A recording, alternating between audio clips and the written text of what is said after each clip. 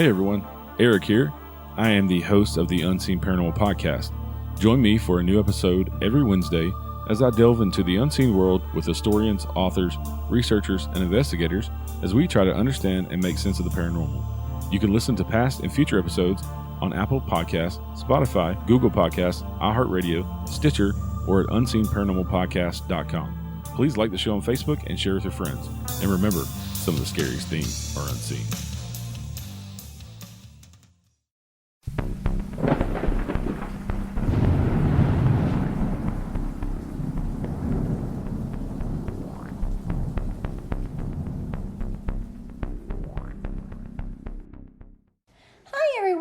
Welcome back to Southern Ghost Stories, where we talk about some of the most haunted places in the South. I'm your host, Chelsea, along with Alan. Hey there. So we usually stick around the South, but since it's almost Halloween, why not go up north to Salem, Massachusetts, one of the most haunted cities in the country. So today, we're going to do a show on the Samuel Pickman House. Now, that's not to be confused with the Samuel Pickman House in Boston, which we did a month or two ago. Alan, do you want to go ahead and tell us a little bit about the house? In 1639, master carpenter Nathaniel Pickman came to Salem, Massachusetts from Bristol, England. Once he got established and began building homes for wealthy merchants, Pickman bought a large plot of land around the old burying point and built houses for his children. When his son Samuel got married, Nathaniel bought another plot of land on the corner of Charter and Liberty Streets and built a wooden house for the newlyweds. However, over the years, the house changed hands and was remodeled and renovated several times. In the late 17th century, Benjamin Lind, the Chief Justice of the Massachusetts Bay Colony, lived in the house. His son Benjamin grew up in the home, and he would later go on to preside over the Boston Massacre trials, which ultimately was a prelude to the American Revolution. In 1800, French artist Michel Felice Corneille bought the house and lived there for several years. Like most artists, Corneille was considered to be eccentric, and his neighbors worried about his well-being, especially when they spotted him eating a strange red vegetable that was believed to be acidic and full of poison. Corneille grew the vegetable in his garden, and after a while, his neighbors began eating them too. Well, that strange vegetable Corneille ate? It was a tomato. Corneille is credited with introducing tomatoes to the American diet. Over the years, the house was abandoned and became a haven for vagrants and the homeless. In the 1960s, it was slated for demolition when a local realtor noticed something odd about beams in the house and asked a local historian to come check it out. The realtor's suspicions led to the rediscovery of the long-forgotten Pickman House. In 1969, the house was renovated, restored, and brought up to code. The home was available for tours for several years, but now it's closed to the public.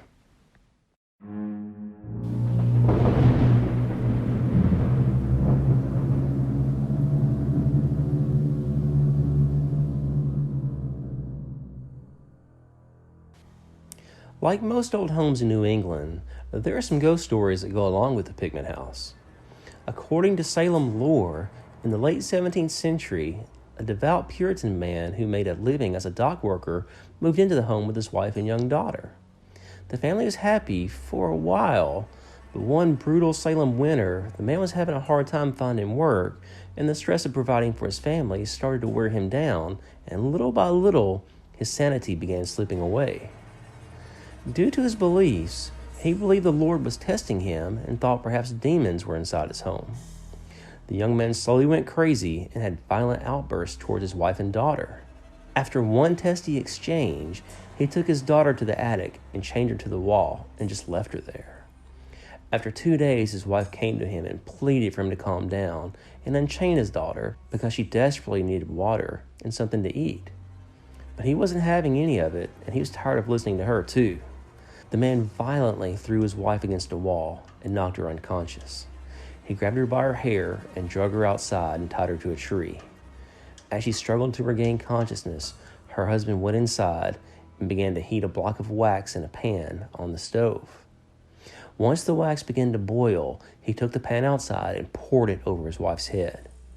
With boiling hot wax rolling down her face, she tried to scream for help, but the wax began to harden in her mouth and she began to choke. As she slowly and painfully died, her husband walked back into the house and made his way upstairs to the attic. He grabbed some rope and tied it to a beam. Then he tied the other end around his neck. As he stood on a chair, he took one last look at the limp, lifeless body of his daughter and then jumped.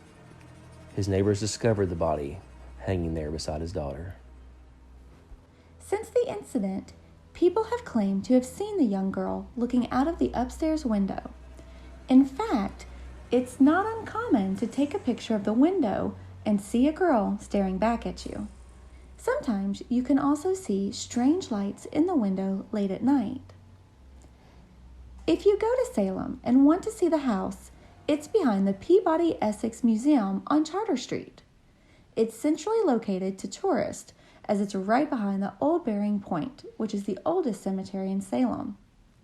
The Pickman House is also right next to the Salem Witch Trial Memorial that was built in 1992.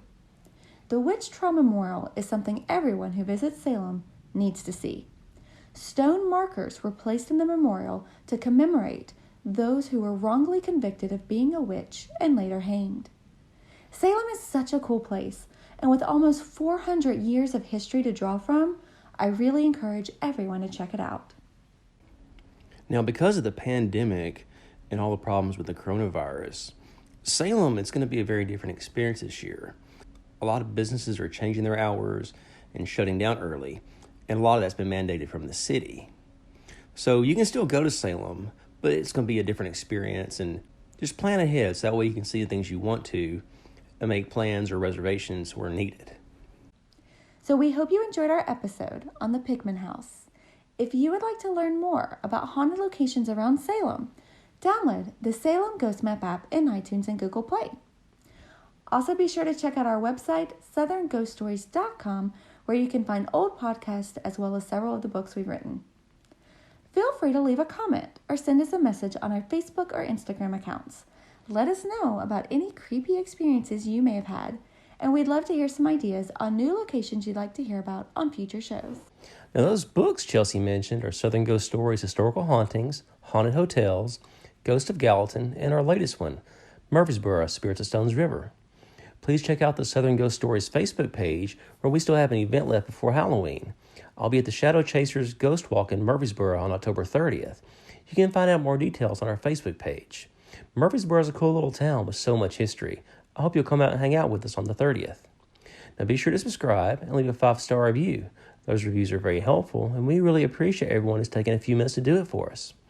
Please check back with us next time as we head back to Nashville for Halloween to talk about Traveler's Rest. Everyone. Hang on. You jumped the gun there. Like most artists, Corneille was considered to be eclectic. Yeah, I don't know.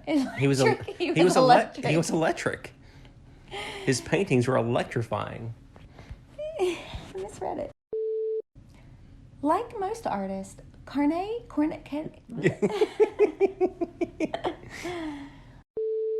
that strange vegetable Corneille ate, it was a tomato. I need a sip of, my voice is very raspy. Oh, we'll get you some water. Please taste. I'll open it myself. Okay. Glug, glug, glug, glug, glug, glug, glug, glug, glug. You said a sip, not a chug. I was quite parched. You know, Corneille grew the... Nope, I'm starting over. Oh, okay. Okay, I got a Halloween joke for you. What's it like to be kissed by a vampire? It's a pain in the neck. Oh, come on, it's pretty good.